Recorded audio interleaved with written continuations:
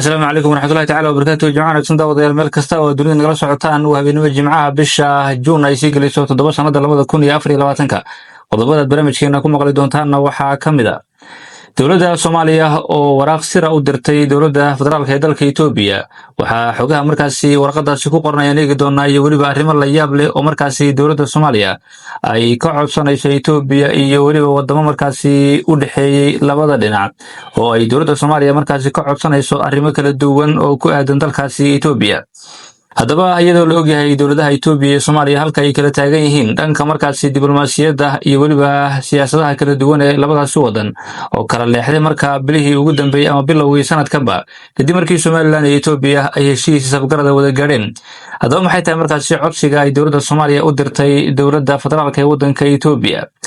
iyo madaxweyne xasan sheekh maxamuud oo golaha ammaanka qaramada midoobay si toos ah ula xiriiray kadib markii Soomaaliya ay dhigtay taariikh cusub saacadihii ugu dambeeyay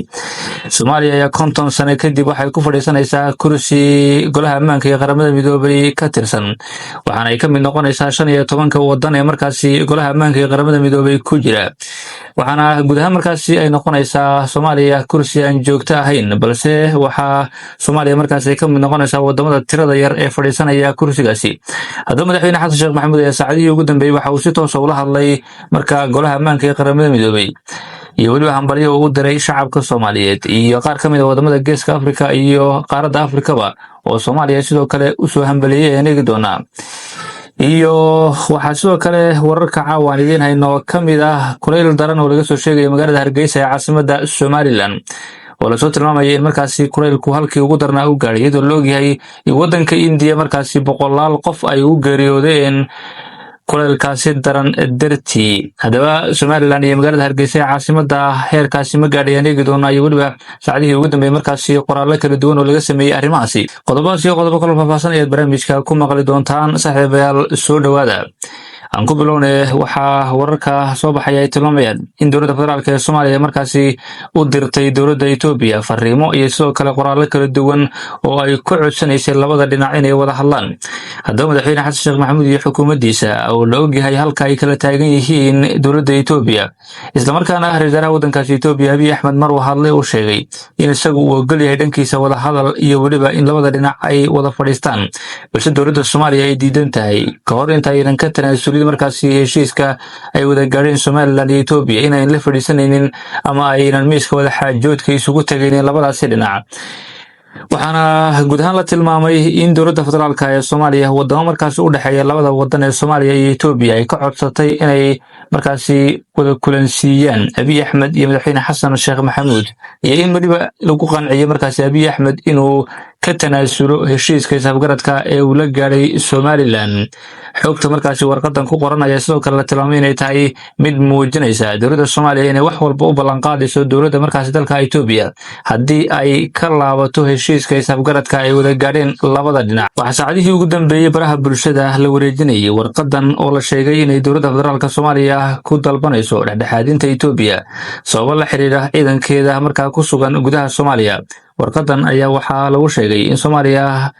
aysan diideynin mabda'a ka qayb ahaanshaha Itoobiya ee howlgalka ATMIS xilli ay dowladda federaalka dhawaan warbaahinta ka shaacisay ama guud ahaan bay u shaacisay go'aanka bixitaankooda ciidamada dalka Itoobiya taasi oo markaa ay ka hor imaadeen qaar ka mid ah goboleedyada Soomaaliya oo diiday markaa goor horeba inay ciidamada Itoobiya baxaan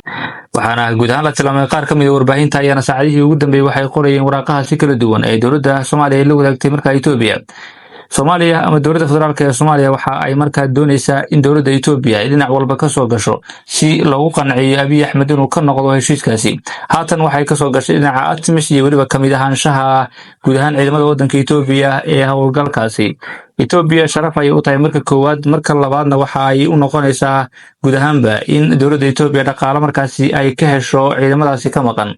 iyo in ciidamadaasi maqan ee kumanaanka ah ee markaasi gudaha Soomaaliya jooga haddii gudaha wadanka Itoobiya ay ku noqdaan ay dhibaato geysan karayaan oo markaasi culays ay ku noqonayaan dowladda Itoobiya arrimahaasi kala duwan ayaa jira oo dowladda Itoobiya hor yaala haddaba si arrimahaasi ay uga faa'iideysto dowladda Soomaaliya waxay sameynaysaa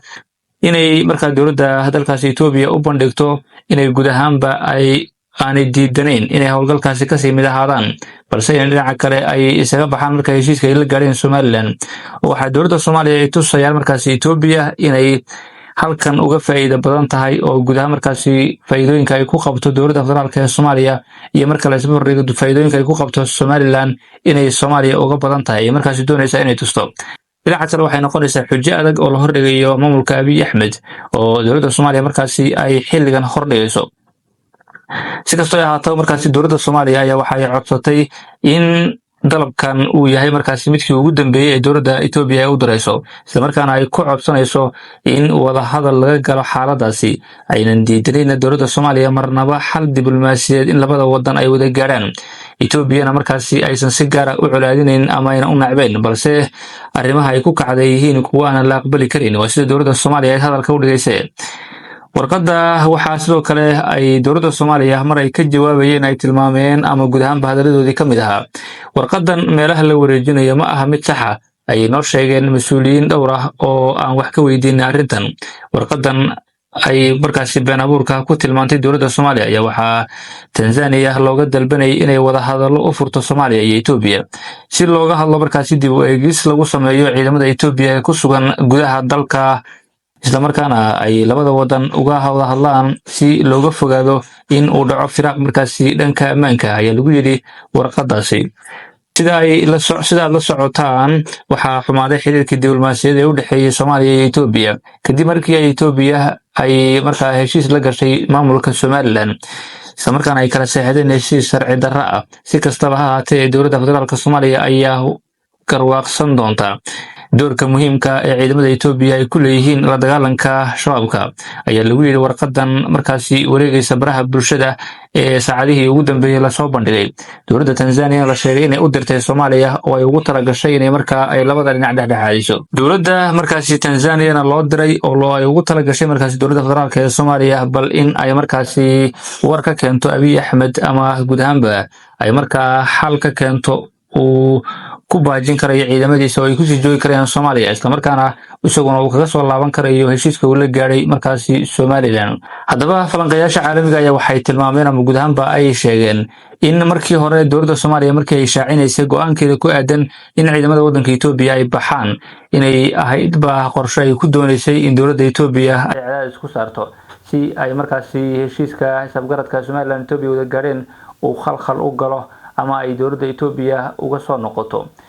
qorshahaas ayaa la tilmaamay balse in goor hore markaasi ay afka furteen maamul goboleedyada Soomaaliya ee Koonfur Galbeed iyo Jubbaland oo iyagu qorshahaasi ka hor dhacay isla markaana tuushka carray sida markaasi haatan uu xaalku u muuqanayo. dowladda Soomaaliya waxay rabtay oo kaliya inay markaasi dowladda Itoobiya ay ruuxdo oo gudaha markaasi Itoobiya ay ka noqoto maadaama ay ballanqaad samaysay oo December ama sanadkan dhamaadkiisa ay sheegtay inay ka bixi doonaan ciidamada waddanka Itoobiya guud ahaanba Soomaaliya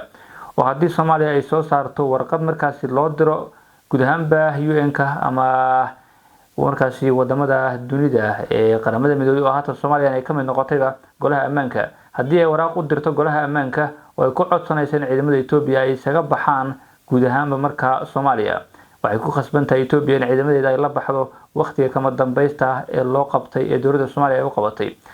waa haddii xeerarka markaasi caalamiga ah ay Itoobiya markaasi xeerinayso waana ku khasban tahay markaasi inay xeeriso oo Itoobiya waxay ka mid tahay qaramada midoobay sidoo kale waxay ka mid tahay markaasi golaha midowga Afrika oo iyaduba ay u tahay markaa hooyo ama saldhig ay u tahay.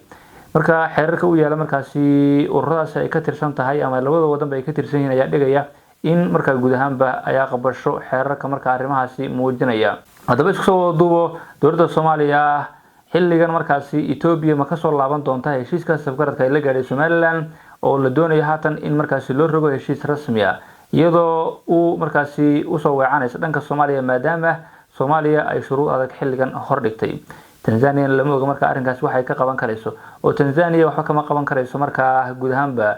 la falanqeeyay arrinkani maadaama Tanzania iyo Itoobiya ay isku fiicneen. haddaba haddii Tanzania iyo Itoobiya ay isku fiicneen sidee markaasi ay u dhameyn karaysaa guud ahaanba Tanzania arrin u dhaxeeya Soomaaliya iyo markaasi waddanka Itoobiya. waxaa uga fududay markaasi in warqadan ay soo marto waddanka Kenya oo labada wadan markaasi ay isku fiican yihiin balse xilligan waxaa la tilmaamay in taasi aynan shaqeynayn inkastoo dowladda Soomaaliya ay diiday warqadaasi oo ay ku gacan saydhay saacadihii ugu dambeeyay dowladda federaalka ah ee Soomaaliya tilmaantayna in warqadaasi aanay waxba ka jirin. Somaliland iyo Ethiopia haatan waxay qorsheynayaanba in heshiiskaasi qalinka lagu duugo maalmaha inagu soo aadan sida xoguhu ay tilmaamayaan, iyada madaxweyne Biixina uu khudbad ka jeedin doono ama uu jeedin doono labada gole ee Somaliland oo la filayo inuu ku soo qaadan doono ama la hubo inuu ku soo qaadan doono heshiiska isafgaradka ay wada gaareen Somaliland iyo Ethiopia goorta kama dambaysta ah ee la saxiixi doono, oo wararku ay tilmaamayaan inuu halkaasi ka sheegi doono marxaladaha uu marayo heshiiskaasi. Akhyaarta sharafta leh wada nagala socoto tan iyo kulanti dambe, nabadgelyo.